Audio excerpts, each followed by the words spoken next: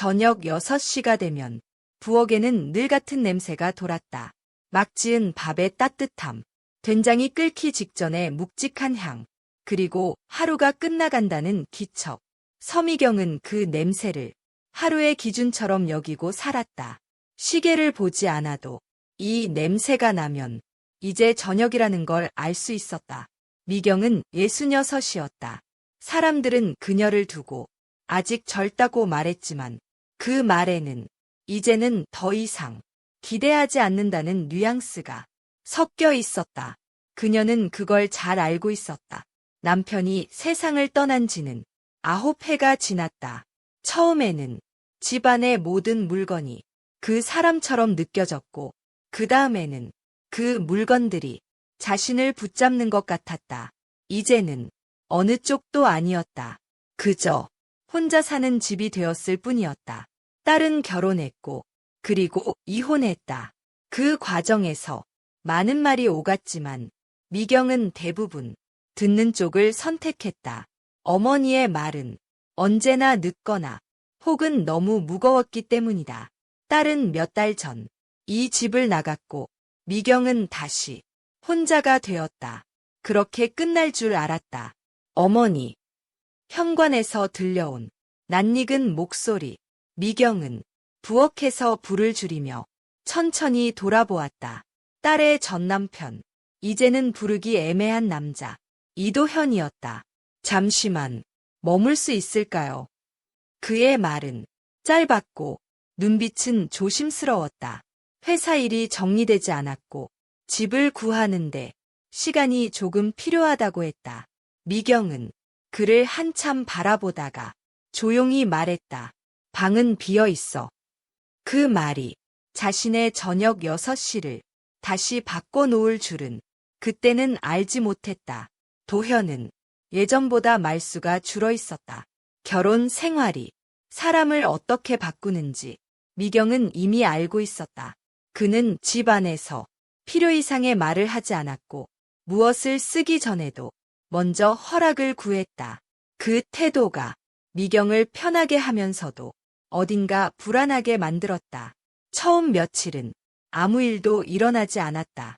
미경은 저녁 6시에 밥을 지었고 도현은 대부분 그 시간에 맞춰 돌아왔다. 서로의 하루를 깊이 묻지 않았고 그 침묵은 오히려 자연스러웠다. 그러나 미경은 어느 순간부터 도현이 집에 있는 시간이 기다려지고 있다는 걸 느끼기 시작했다. 어느 날 저녁, 된장이 끓고 있을 때 도현이 부엌에 들어왔다. 도와드릴까요? 괜찮아. 미경은 반사적으로 대답했다. 그러나 그는 옆에서 조용히 그릇을 꺼내 놓았다. 두 사람의 움직임은 겹치지 않았지만 같은 방향을 향하고 있었다. 그 사실이 미경의 마음을 조금 어지럽게 만들었다. 식탁에 마주 앉았을 때 도현은 말했다. 이 집은 시간이 규칙적인 것 같아요. 그래. 네. 저녁 6시쯤 되면 항상 같은 냄새가 나서요. 미경은 잠시 말을 잃었다.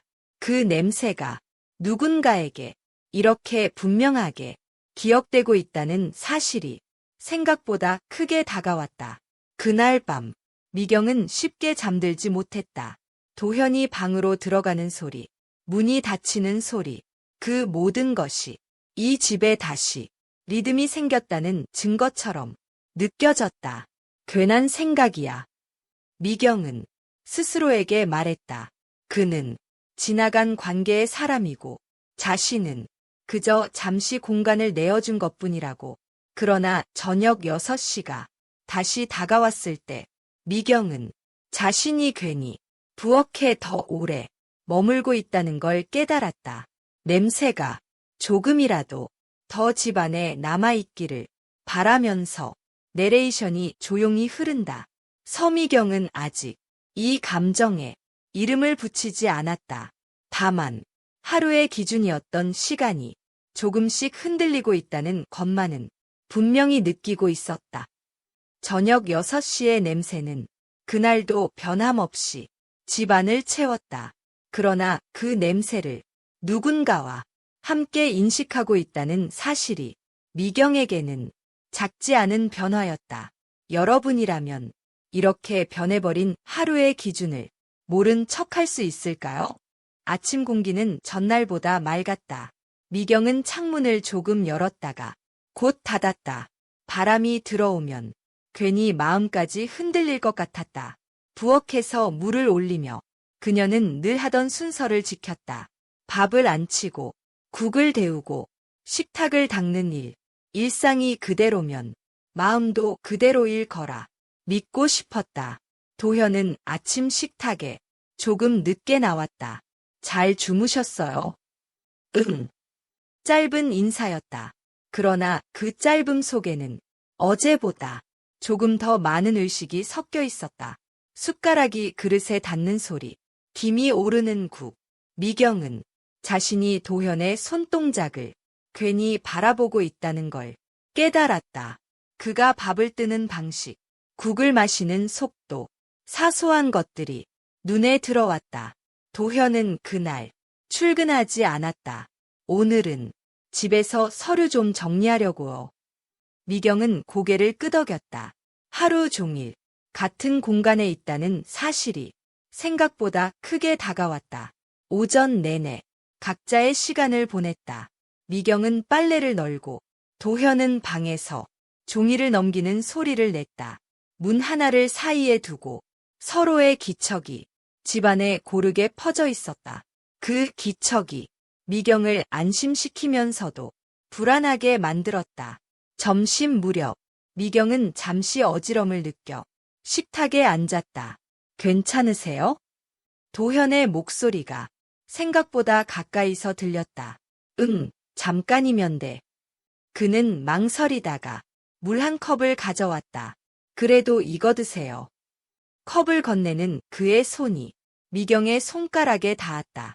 이번에는 둘 다 피하지 않았다. 아주 짧은 순간이었지만 미경은 심장이 조금 빨라졌다는 걸 분명히 느꼈다. 내레이션이 낮게 흐른다. 서미경은 이 감정이 외로움의 연장인지 혹은 그보다 깊은 것인지 아직 판단하지 못했다. 다만 무시하기에는 너무 또렷해졌다는 것만은 알고 있었다. 오후가 되자 햇빛이 거실 바닥을 가로질렀다. 도현은 창가에 서서 잠시 밖을 바라보다가 말했다. 여기 있으면 시간이 느리게 가는 것 같아요. 미경은 그 말이 마음에 걸렸다. 느린 게 늘 좋은 건 아니야. 그녀는 그렇게 말했지만 그 말이 스스로에게 향해 있다는 걸 알고 있었다. 도현은 고개를 끄덕였다. 그래도 지금은 그게 좋네요. 저녁 6시가 가까워지자 미경은 부엌에 섰다. 된장을 풀고 불을 조절하며 자신이 평소보다 조금 더 신경 쓰고 있다는 걸 깨달았다. 맛 때문이 아니라 이 식탁에 누가 앉아 있는지 때문이라는 걸 부정할 수 없었다. 식탁에 마주 앉았을 때 도현은 말했다. 어머니. 그가 그렇게 부를 때마다 미경은 묘한 감각을 느꼈다. 가깝지도 멀지도 않은 호칭. 요즘 제가 여기 있는 게 불편하시진 않죠? 그 질문은 배려였지만 동시에 떠남을 전제로 한 말처럼 들렸다. 미경은 잠시 말을 고르다가 말했다. 불편하진 않아. 그 말은 진심이었다. 그러나 전부는 아니었다. 저녁을 먹고 난 뒤 미경은 설거지를 했다. 도현은 옆에서 그릇을 닦았다. 물소리 사이로 도현이 낮게 말했다. 여기서 지내는 동안 생각을 많이 하게 됩니다. 미경은 대답하지 않았다. 그 말이 자신에게 어떤 의미로 다가오는지 알고 있었기 때문이다. 밤이 되자 집안은 다시 조용해졌다. 미경은 거실 불을 끄려다 말고 잠시 소파에 앉았다. 가로등 불빛이 커튼 사이로 스며들었다. 그 빛을 보며 미경은 생각했다. 이 집에 다시 두 개의 시간이 겹쳐지고 있다는 사실을. 그날 밤 미경은 잠들기 전 서랍을 열었다. 안에는 남편의 사진과 딸의 사진이 나란히 있었다. 미경은 그 사진들을 한참 바라보다가 다시 조용히 닫았다. 과거는 여전히 거기 있었고 그 위에 새로운 감정이 조심스럽게 놓여 있었다. 침대에 누운 채 미경은 스스로에게 말했다. 아직은 선만 지키면 돼. 그러나 마음은 이미 그 선의 위치를 계속해서 확인하고 있었다. 집은 고요했다. 하지만 그 고요함 속에는 이미 다음 선택을 기다리는 기척이 담겨 있었다. 여러분이라면 이렇게 같은 식탁에 앉아 다른 마음을 품고도 아무 일 없던 듯 지낼 수 있으시겠습니까? 아침 6시, 미경은 알람이 울리기 전 눈을 떴다. 잠이 깊지 않았다. 밤새 마음이 같은 자리에서만 서성였기 때문이다. 부엌으로 나와 불을 켜지 않고 잠시 서 있었다. 어둠 속에서 집의 소리가 들렸다. 냉장고의 낮은 울림, 시계 초침의 일정한 리듬, 그리고 닫힌 방문 너머의 숨결. 도현은 그날 평소보다 늦게 나왔다. 어제 늦게 주무셨어요? 그가 물었다. 그냥 잠이 잘 안 와서. 미경은 자신의 대답이 괜히 솔직하다고 느꼈다. 아침 식탁은 조용했다. 숟가락이 닿는 소리만 규칙적으로 이어졌다. 미경은 도현의 얼굴을 정면으로 보지 않으려 애썼다. 시선이 오래 머물면 생각도 길어질 것 같았기 때문이다. 도현은 그날 집을 알아보러 나간다고 했다. 몇 군데만 보고 올게요. 그 말은 일정 보고처럼 들렸지만 미경에게는 시간의 예고처럼 느껴졌다. 그래. 그녀는 더 묻지 않았다. 현관문이 닫히는 소리를 듣고서야 미경은 숨을 조금 깊게 내쉬었다. 혼자가 된 집은 다시 익숙한 크기로 돌아왔다. 그러나 마음은 그만큼 가벼워지지 않았다. 미경은 서랍을 하나 열었다가 다시 닫았다. 정리할 것도 버릴 것도 아닌데 손이 자꾸만 무언가를 찾았다. 정오가 지나고 햇빛이 거실을 가로질렀다. 시간은 흐르고 있었지만 미경은 그 흐름에 잘 올라타지 못하고 있었다. 오후 늦게 도현이 돌아왔다. 다녀왔어요. 그의 목소리는 조금 지쳐 있었지만 어딘가 단단해 보였다. 어땠니? 미경은 의도치 않게 물었다. 아직 결정은 아니고요. 그래도 곧 정할 수 있을 것 같아요. 그 말은 안도와 동시에 끝을 예고했다. 미경은 고개를 끄덕였다. 천천히 해. 그 말은 배려였고 붙잡음은 아니었다. 저녁 6시가 다가오자 미경은 부엌에 섰다. 늘 하던 대로 된장을 풀고 불을 조절했다. 그러나 오늘은 손끝이 조금 느렸다. 도현은 부엌 문가에 서서 말없이 도왔다. 그가 그릇을 옮기는 소리, 수저를 놓는 소리가 이상하게 또렷했다. 어머니. 그가 낮게 불렀다. 미경은 대답하기 전에 한 박자 쉬었다. 요즘 제가 너무 오래 신세 지는 것 같아서요. 그 말은 사과였고 결심의 전조처럼 들렸다. 그렇게 생각하지 마. 미경은 담담하게 말했다. 그러나 그 말의 끝에는 붙지 않은 문장이 여럿 있었다. 식탁에 마주 앉았을 때 두 사람은 평소보다 천천히 먹었다. 말을 아끼는 대신 시간을 늘리는 방식이었다. 도현이 먼저 숟가락을 내려놓았다. 여기서 지내는 동안 제가 많이 달라졌습니다. 그는 미경을 보지 않고 말했다. 급해지지 않아도 된다는 걸 처음 알았어요. 그 말은 감사였고 고백은 아니었다.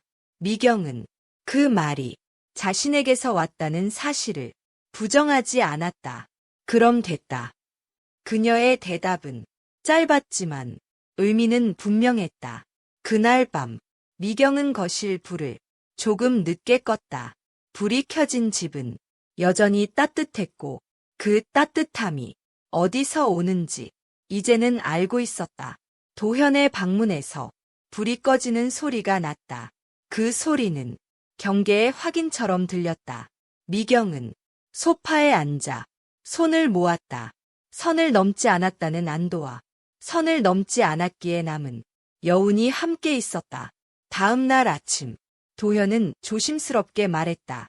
집을 정하려고 합니다. 그 말에는 결정이 가까워졌다는 기척이 있었다. 미경은 고개를 끄덕였다.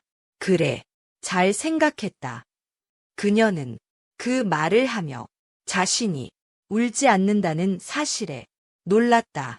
집안은 다시 조용해졌다. 그러나 그 조용함은 비어있지 않았다. 말하지 않은 선택들이 공기처럼 남아 있었기 때문이다. 미경은 창가에 서서 자신에게 물었다. 이 감정을 지켜냈다고 말할 수 있을까? 아니면 미뤄두었을 뿐일까? 여러분이라면 이 선을 지킨 자신을 후회 없이 받아들일 수 있을까요? 아니면 한 번쯤은 다르게 선택해 보고 싶으신가요? 이사 날짜는 생각보다 빨리 정해졌다. 도현은 저녁을 먹고 난 뒤 조심스럽게 말했다. 다음 주 금요일이면 짐을 옮길 수 있을 것 같아요. 미경은 그 말을 듣고도 잠시 아무 말이 나오지 않았다. 이미 알고 있던 이야기처럼 가슴 어딘가에서 조용히 내려앉았기 때문이다. 그래. 그녀는 고개를 끄덕였다. 그 말 하나로 충분했다. 그날 이후로 저녁 6시는 조금 다른 의미가 되었다. 된장을 풀며 미경은 자꾸만 시간을 확인하게 되었다. 아직 남은 저녁이 몇 번인지 세어보게 되었다. 도현은 그 변화를 말로 꺼내지 않았다. 그러나 그의 움직임도 조금씩 달라지고 있었다. 짐은 많지 않았지만 서랍 하나, 책 몇 권, 옷 몇 벌이 차례로 정리되었다. 이사 전날 저녁, 미경은 평소보다 조금 더 일찍 부엌에 섰다. 특별한 음식을 만들지는 않았다. 늘 먹던 국과 반찬 몇 가지. 그러나 식탁에 그릇을 놓는 손길은 유난히 조심스러웠다. 마주 앉았을 때 두 사람은 잠시 말을 잃었다. 숟가락 소리만이 천천히 이어졌다. 그동안 도현이 먼저 입을 열었다가 말을 멈췄다. 미경은 그를 재촉하지 않았다. 많이 배웠습니다. 그는 다시 말을 이었다. 여기서 지낸 시간이 저한테는 잠시 쉬어갈 수 있는 시간이었어요. 그 말은 감사였고 고백은 아니었다. 그래서 더 미경의 마음에 오래 남았다. 그럼 됐다. 미경은 짧게 말했다. 그 대답에는 부정도 추가도 없었다. 그날 밤 미경은 거실에 불을 끄지 않았다. 늘 그렇듯 잠들기 전에는 불을 껐지만 오늘만큼은 그러고 싶지 않았다. 불이 켜진 집은 아직 누군가를 기다리고 있는 것 같았고 그 기다림이 이상하게 위로가 되었다. 도현은 방에서 짐을 정리하고 있었다. 가방 지퍼가 닫히는 소리, 서랍이 조용히 닫히는 소리, 그 소리들은 서두르지 않았고 그래서 더 분명했다. 아침이 밝았다. 도현은 평소보다 조금 더 단정한 모습이었다.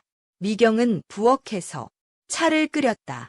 두 사람은 마주 앉아 차를 마셨다. 말은 많지 않았고 굳이 필요하지도 않았다. 이사하는 날에는 혼자 가겠습니다. 도현이 말했다. 미경은 잠시 그를 바라보다가 고개를 저었다. 배웅은 해야지. 그 말은 붙잡음이 아니라 외였다. 현관 앞에서 도현은 잠시 멈췄다. 어머니. 그가 그렇게 부르는 마지막 순간이라는 걸 미경은 알고 있었다. 정말 감사했습니다. 그의 목소리는 흔들리지 않았지만 미경은 그 안에 많은 감정이 겹쳐 있다는 걸 느꼈다. 몸조심해. 미경의 대답은 짧았다. 그 말에는 보내는 마음만 남아 있었다.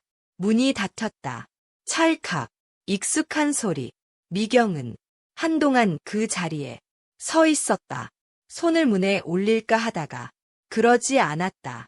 이미 닫힌 문 앞에서 할 수 있는 일은 많지 않다는 걸 알고 있었기 때문이다. 집은 다시 혼자 쓰기에 충분히 조용해졌다. 미경은 거실로 돌아와 식탁을 바라보았다. 저녁 6시의 냄새는 이제 없었지만 그 자리에 아직 남아있는 기억은 분명했다. 그녀는 창가에 서서 밖을 바라보았다. 해는 천천히 기울고 있었고 시간은 다시 제 속도로 흐르고 있었다. 미경은 생각했다. 이 감정은 지켜야 할 비밀이었을까? 아니면 자신이 아직 살아있다는 증거였을까? 답은 없었다. 그러나 미경은 그 질문을 품은 채 조용히 숨을 쉬었다. 저녁 6시가 되자 미경은 부엌에 섰다. 혼자 먹는 저녁이었다. 그러나 예전과는 조금 달랐다. 같은 냄새였지만 같은 하루는 아니었다. 여러분이라면 이렇게 남겨진 저녁을 어떤 마음으로 마주하시겠습니까? 그저 지나간 시간으로 보내시겠습니까? 아니면 오래 간직할 기억으로 남기시겠습니까?